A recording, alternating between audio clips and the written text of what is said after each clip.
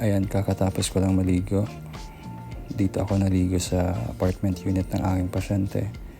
Sa private caregiver ako dito sa Seattle, Washington. So while nagre-ready ako, yung pasyente ko naman ay tulog. Then, ayan, nagre-ready na ako. Naglalagay akong medyas para i-ready ko na rin yung sarili ko sa aking sitaw na business. So kung makikita nyo, meron akong isang bagong order na ipaprocess. So ayan yung detalye ng buong order. Ngayon, kailan ko siya i-process. Pay and take delivery. Pipindutin ko yan.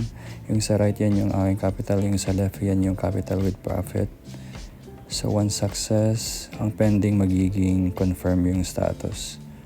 So sa baba yan yung mga natapos ko ng mga orders.